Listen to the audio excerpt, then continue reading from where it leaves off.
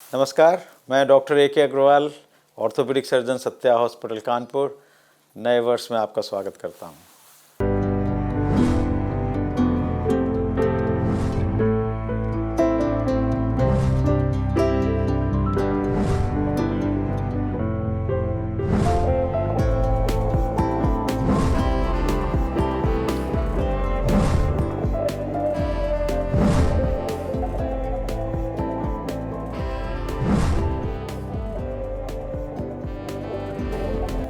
आइए, सर्दियां बहुत हो रही हैं।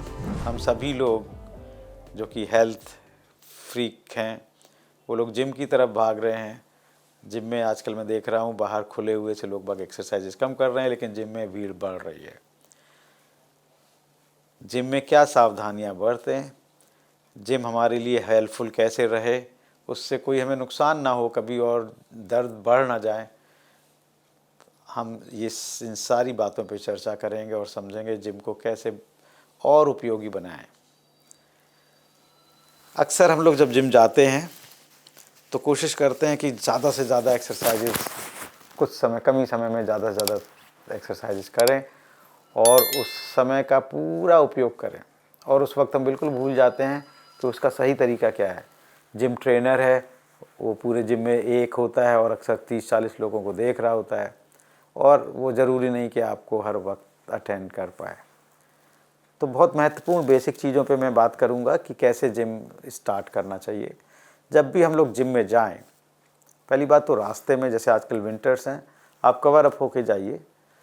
रास्ते के टेम्परेचर डिफरेंट हैं, जिम बंद होते हैं यूजली ग्लास से, वहाँ के इंटरनल टेम्परेचर बढ़े हुए होते हैं। अंदर जाके ही आप अपना कोई एक क्लोथ निकालें, ऐसा ना हो कि बाहर से ही ठंडक में आए, क्योंकि आपकी बॉडी को वार्म अप होना बहुत आवश्यक है। जब आप जिम में जाएं तो पहले अपने आप को वार्म अप करें। वार्म अप की एक्सरसाइजेस टोटली डिफरेंट होती हैं, जिसमें कि पावर का इस्तेमाल नहीं होता है। बेसिकली आपको वो एक्सरसाइजेस करनी चाहिए जिसमें कुछ मूवमेंट है और वेट्स को इमीडिएटली जाते ही नहीं उठाना चाहिए।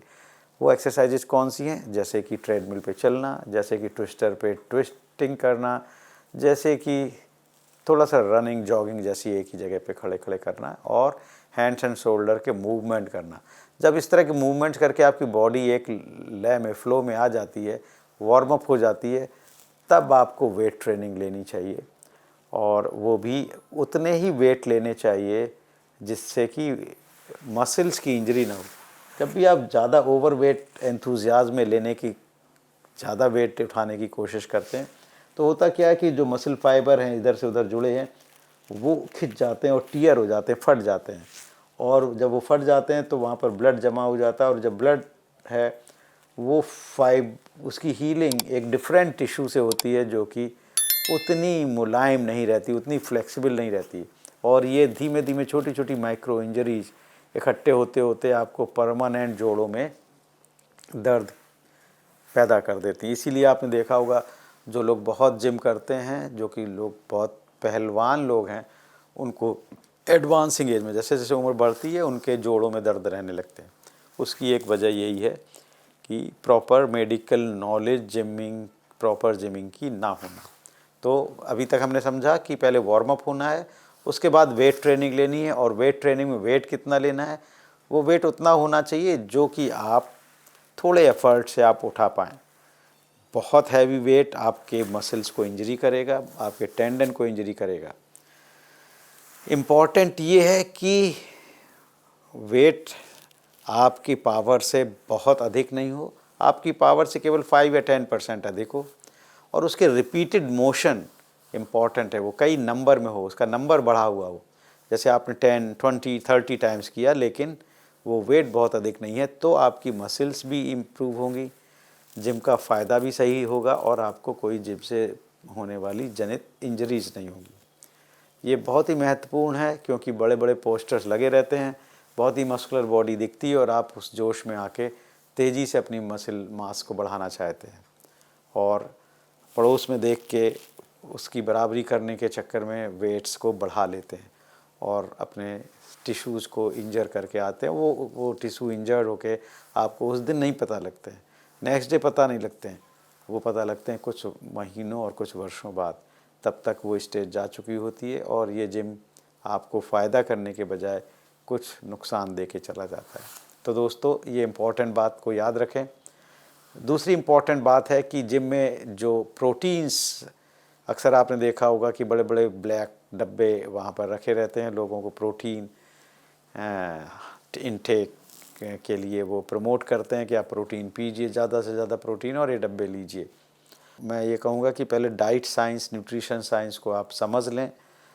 बहुत ज़्यादा प्रोटीन किडनी पे बहुत लोड डालती है, तो बग़ैर मेडिकल नॉलेज के, बग़ैर अपनी किडनी को टेस्ट किए जो जिम में बिकने वाले प्रोटीन के पाउडर हैं उनका अनियंत्रित सेवन ना करें। हर एक चीज़ की अति वो बुरी है और ख़राब है, कृपया इस बात का भी ख्याल रखें और अपनी किडनी को भी पहले देख लें। आइए उन जिम एक्सरसाइजेस के बाद हमको ख़त्म कैसे करना है, जिम से बाहर कैसे आना है, ये भी समझें। जैसे मैंने शुरू किया था कि जिम पहले आप वार्म अप होइए, जिम की एक्सरसाइजेस कीजिए, वेट ट्रेनिंग लीजिए, और वेट ट्रेनिंग में भी आपको हर दिन केवल 2 ग्रुप ऑफ मसल्स लेनी चाहिए, पूरी बॉडी की मसल्स नहीं। जैसे आज आपने शोल्डर की एक्सरसाइजेस की हैं, साथ में आपने एब्डोमेन की कर ली। नेक्स्ट डे गए तो आपने एब्डोमेन के साथ हिप की एक्सरसाइज कर ली। नेक्स्ट डे गए तो हिप के साथ आपने लेग्स की कर ली। अगले दिन गए तो लेग्स के साथ बैक की कर ली। इस तरह से every day 2 group of muscles को लेना चाहिए, एक ही दिन सारी मसल ग्रुप्स को नहीं लेना चाहिए।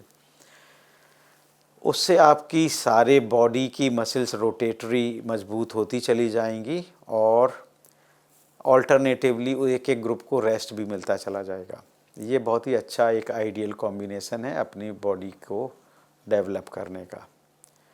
जब आप वेट ट्रेनिंग ले लें तो अगले 10 मिनट स्ट्रेचिंग में लगाएं और रिलैक्सेशन में लगाएं। स्ट्रेचिंग और रिलैक्सेशन पैसिव होती, कोई दूसरा जना आपके बॉडी को पार्ट को खींच के उसे मैक्सिमम मूवमेंट उसका कराता है, जिससे कि आपकी बॉडी रिलैक्स होती चली जाती है।